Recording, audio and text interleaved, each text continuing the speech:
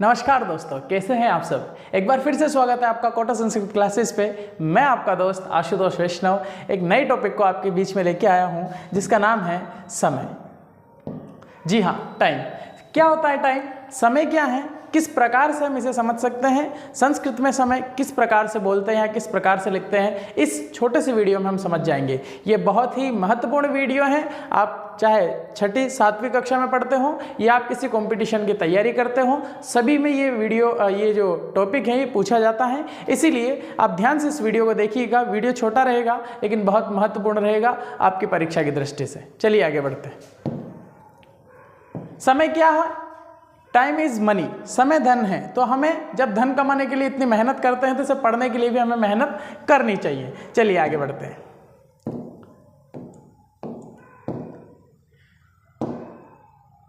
अब कुछ याद रखने वाली चीजें हैं। क्या हमें याद रखना है समय को पढ़ने के लिए, वो बहुत महत्वपूर्ण है। सबसे पहले हमें 1 से लेकर के 12 तक की गिनती संस्कृत में आनी चाहिए। जी हाँ, काउंटिंग हमें अगर 1 to 12 तक आती है तो हम समय समझिए 50% हम समय सीख चुके होंगे। चलिए, कैसे संस्कृत में गिनती लिखते हैं? इस प्रकार से: 1 द्वि त्रि चतुर पंच षड सप्त अष्ट नव दश एकादश और द्वादश। इस प्रकार से 1 से लेकर के 12 तक की संख्या है। 1 द्वि त्रि चतुर पंच षड सप्त अष्ट नव दश एकादश द्वादश। 1 2 3 4 5 6 7 8 9 10 11 12। 1 द्वि त्रि चतुर पंच षड सप्त अष्ट नव दश एकादश द्वादश। आप 5-6 बार इसको रिपीट करेंगे, बोलेंगे, 4-5 बार लिख भी लेंगे तो आप आसानी से ये 1 से लेकर 12 तक की काउंटिंग लर्न कर सकते हैं। इसके बाद क्या याद रखने की जरूरत है? कुछ महत्वपूर्ण शब्दावली है जो हमें याद रखनी है। जैसे कि समय को संस्कृत में क्या बोलते हैं? समय को संस्कृत में टाइम नहीं, टाइम बोलते हैं अंग्रेजी में। समय को समय ही बोलेंगे। वादनम, ये बार बार पूछा जाएगा, वादनम वादनम वादनम, तो इसे बार बार याद कीजिएगा। वादनम बजे, वादनम बजे, वादनम बजे। चलिए आगे बढ़ते हैं। वादनम बजे। घड़ी, घटी, घंटा, होरा, मिनट, निमेष, सेकंड, क्षणम। अरे 1 सेकंड से उसका वो एक्सीडेंट होता होता बच गया। एक क्षण की बहुत कीमत होती है। क्षण का मतलब होता है सेकंड। 1 सेकंड में, जैसे आंख बंद करके खोलते तो 1 सेकंड हो जाता है। निमिष, निमिष यानी मिनट और सेकंड यानी क्षणम। सवा मतलब सपाद, सपाद मतलब 15 मिनट। साढ़े, साढ़े मतलब सार्ध, साढ़े सार्ध। जैसे एक गोला होता है उस गोले को अपन आधा कर देते हैं, आधा मतलब अर्ध, तो सार्ध। साढ़े, साढ़े यानी अर्ध। पौने, पौने मतलब पादोन यानी 45 मिनट। जो अपन 45 मिनट होता है उसको हम पादोन यानी पौना बोलते हैं, पौने। अधिक, अधिक को हम अधिक ही बोलेंगे और कम को हम न्यून या ऊन बोलेंगे, न्यून या ऊन। ये जो महत्वपूर्ण शब्दावली स्क्रीनशॉट ले लीजिए, इसको बार बार लर्न कीजिएगा। अगर ये लर्न हो गया तो आप समय बहुत ही आसान तरीके से कर देंगे। चलिए कैसे?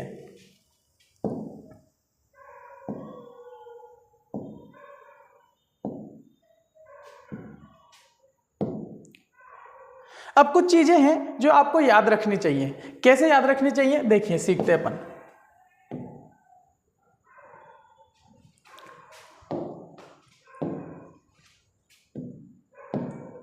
देखिए कि समय अगर आपको पढ़ना है तो किस प्रकार से आप समय लिखेंगे या किस प्रकार से आपको वो समय लिखना चाहिए, बोलना चाहिए, वो देखिए। मान लीजिए एक घड़ी है, इस घड़ी में बजे हैं 12। ये बड़ी सुई और ये छोटी सुई, दोनों सुई हैं, 12 बजे हैं। अब मैं संस्कृत में कैसे लिखूंगा? आपको कुछ नहीं करना है। जिस प्रकार से आप हिंदी में समय लिखते हैं, जैसे मैंने बोला कितने बजे हैं? 12 बजे।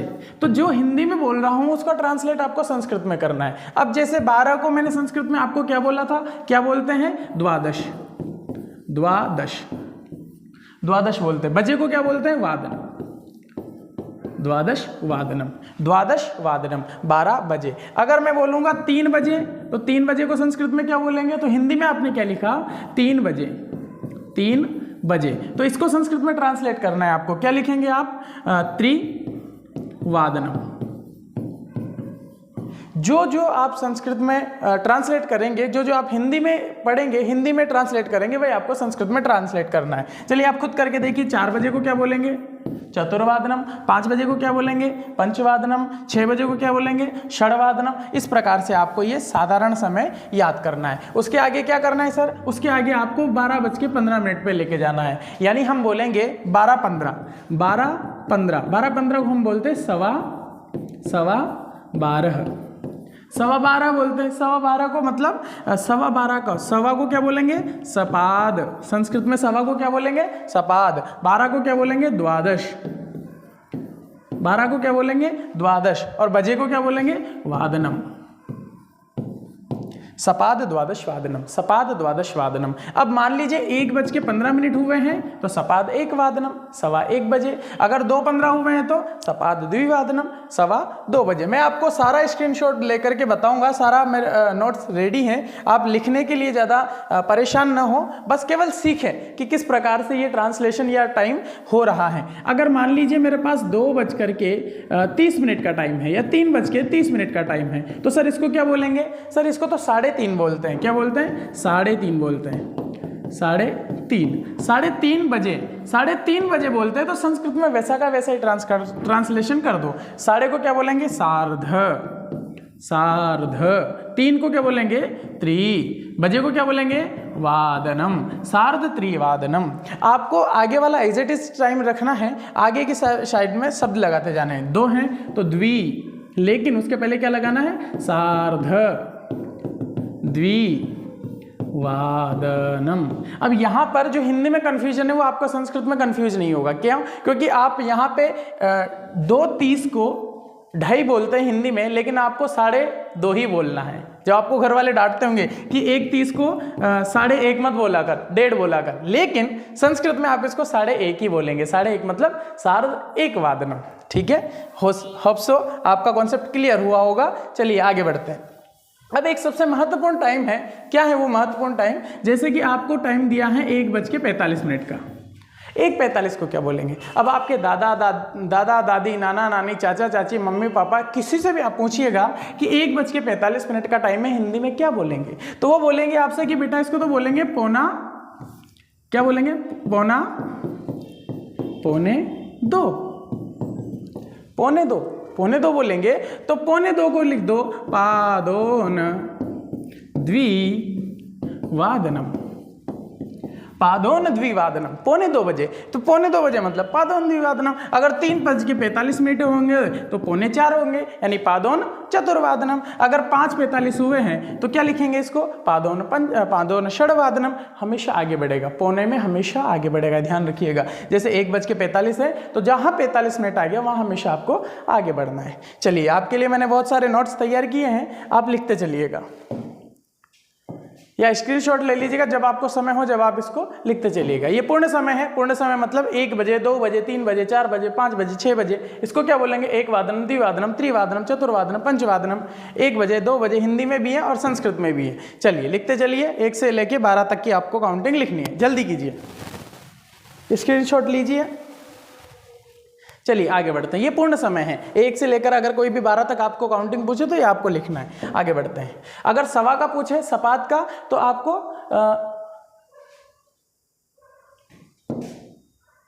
सपाद का अगर कोई टाइम पूछे 1:15 को क्या बोलेंगे? तो सपाद 1 वादनम, सपाद द्विवादनम, सपाद त्रिवादनम, सपाद चतुर्वादनम। इस प्रकार से आपको टाइम लिखना है। चलिए इसका स्क्रीनशॉट लीजिए, जल्दी कीजिए।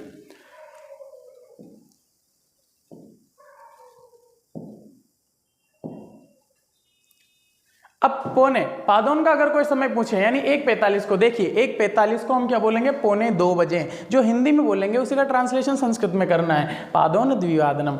अगर 5:45 होगा तो उसे बोलेंगे 5:45 बजे, तो पादोन षड्वादनम। अगर 10:45 का टाइम है तो उसे बोलेंगे, क्या बोलेंगे उसे?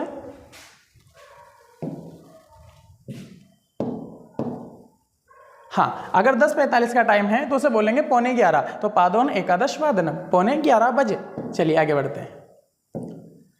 अब ये महत्वपूर्ण है कि जब समय बताने में, वैसे तो आपकी बोर्ड परीक्षा में ये चीज नहीं आएगी, लेकिन अगर मान लीजिए आपसे दूसरे स्टेट बोर्ड में या आपके टीचर ने पूछा या आपके घर वालों ने पूछा, ओवर स्मार्ट अगर आप बन रहे हैं कि मुझे संस्कृत में टाइम आता है क्योंकि आशुतोष सर ने पढ़ाया है, फिर भी अगर इस प्रकार का कोई कॉन्सेप्ट है आपका तो वो पूछेंगे बेटा चल बता 12:05 को क्या बोलेंगे, तब समस्या हो जाएगी। क्योंकि 15 मिनट को हम सपाद बोलेंगे, 13 मिनट को हम सार्ध बोलेंगे और 45 को यानी पादोन हम पौने को बोलेंगे, लेकिन 12:05 को क्या बोलेंगे?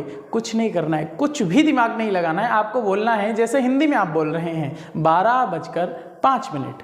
संस्कृत में बोलना है कि 5 मिनट ज़्यादा हैं कितने बजने में? 12 बजने में। यानी जैसे देखिएगा,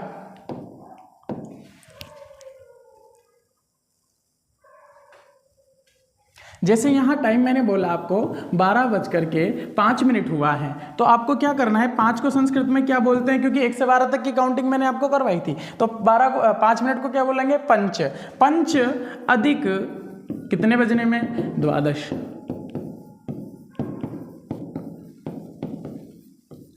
पंच